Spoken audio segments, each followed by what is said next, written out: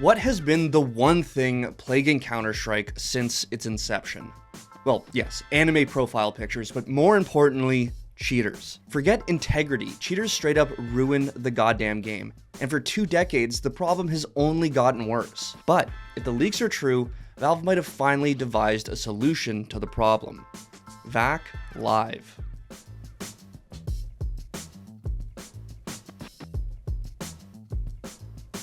Okay, it's no small secret that CSGO has a cheating problem. For years, it's been ruining our ranked experiences, and for just as long, it's felt like Valve didn't care enough to do anything about it. But with the announcement of Counter-Strike 2 and subsequent leaks, it seems like we are finally getting a solution to the problem in the form of an enhanced anti-cheat. The question is, will we have to sacrifice our own privacy for more integrity in our games? Well, to answer that question, we first have to go way back and talk about the history of Valve's anti-cheat systems. When you hop into an online game, whether it's casual or competitive, there's only 2 things you really care about: fun and fairness. Unfortunately, there are those who have made it their life's mission to obstruct your enjoyment as much as possible.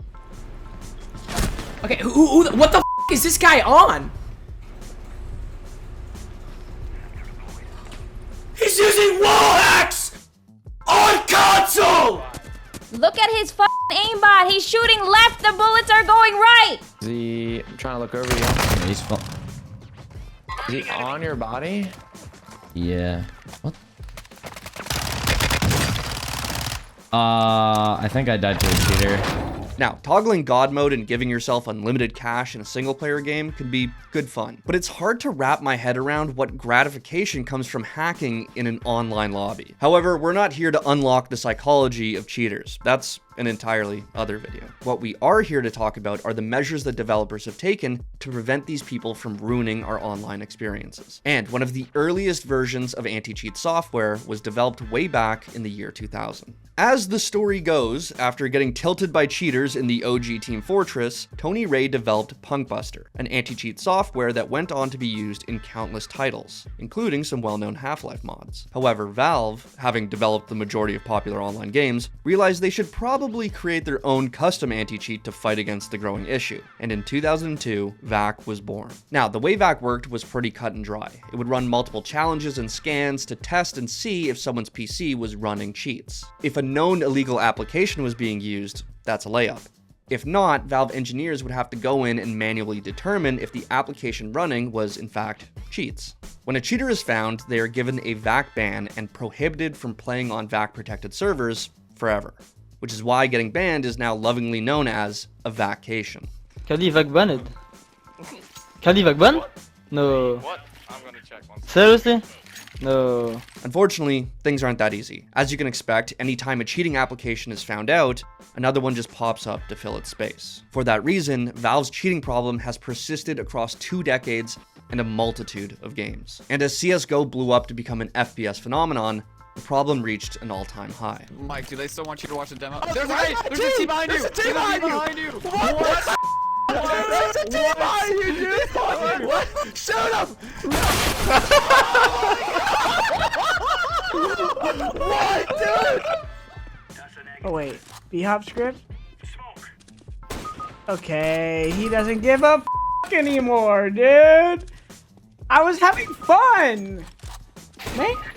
Now, as I sort of alluded to, I don't think it's all Valve's fault. Any game is going to have a cheater problem to a certain extent. And if there was another FPS to have as much success for as long as a time as CSGO did, I'm sure we'd be making a video talking about that game instead. That being said, it doesn't excuse the existence of the problem. And with all the goddamn money they've made off of us, you'd think that Valve would have come up with a better solution by now. I mean, this is pretty much the only game where professional players have been caught cheating live and banned multiple times. You know, that buddy system does not exist. It's just simple, on his own, lone wolf with the AWP. He's out in the Russian wilderness just sniping. Did Emilio just get VAC banned? What? What? What? But experiencing a cheater isn't just annoying. Have it happen to you enough, and you might just end up having psychological effects. Back in 2014, CSGO experienced its first vaccaning. Everyone became paranoid and started pointing fingers at each other. And a similar thing happened by December of 2018 when 600,000 players were vac banned in that month alone. And since the explosion of the player base in the last few years, I feel like we've just gotten to that point of paranoia again. Sure, when you get insta one-tapped by a running AK, there's probably a lot more plausible conclusions you should come to, whether it be network problems or a skill issue. But the fact is, there are a lot of cheaters, and that's always going to be sitting in the back of your head. And honestly, Valve can get f***ed if they actually think I'm going to use Overwatch and do their job for them. Now, it's not all hopeless, because in 2020, Riot, of all companies, developed a controversial, albeit effective, anti-cheat for Valorant.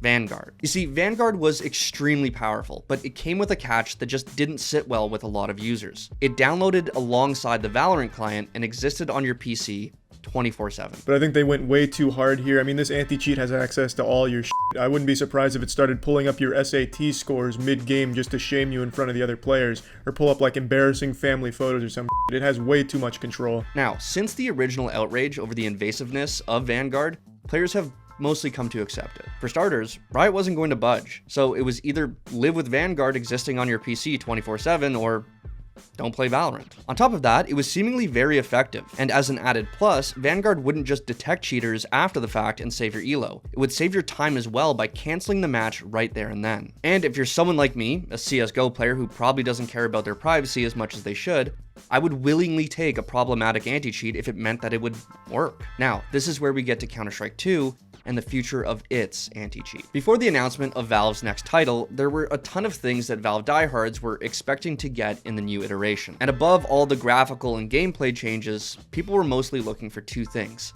a better matchmaking system and a working anti-cheat. Now, while there's not a ton of information on what Valve is going to do to fix our matchmaking woes, a leak does suggest that we are going to be getting a new anti-cheat system that might have similarities to Vanguard. VAC Live. What is VAC Live, you ask? Well, that's a little hard to answer. But judging from the name and the line of text we got from the data mine, my best guess is that it's an anti-cheat system that actively detects cheaters and cancels the game as soon as a hacker is caught. There are but a few questions. Is VAC going to work like Vanguard and boot up with your PC and never turn off?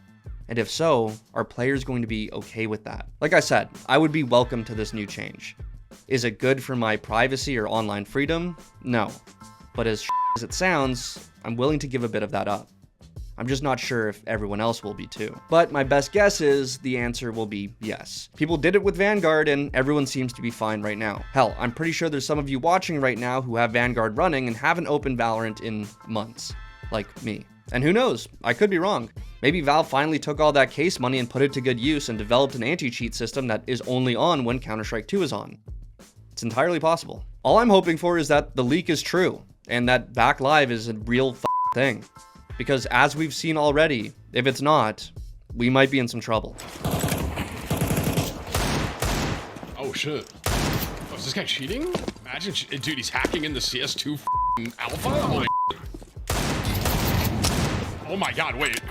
Dude, imagine I'm playing with an actual cheater? No way. Wow! Who's this guy? Who's this guy right here? Who's this guy right here? Wait! That being said, let me pass the question off to you guys. Are you okay with an always-on anti-cheat system if it means you can be more confident in your outcomes? Or is this a deal breaker? I was watching Pimp's stream the other day and he made a joke about how they're going to add shoes, like they added gloves to Counter-Strike now that you can see your legs. And I wouldn't put it past them. It, knee pads. Jorts. Imagine that, jorts. How much would jorts cost? Probably like a cool 10k, depending on how many got in box. Yo, what's the pattern? Yo, the jorts are a pattern-based skin. What pattern did you have? Oh, I got 521. No shit, dude.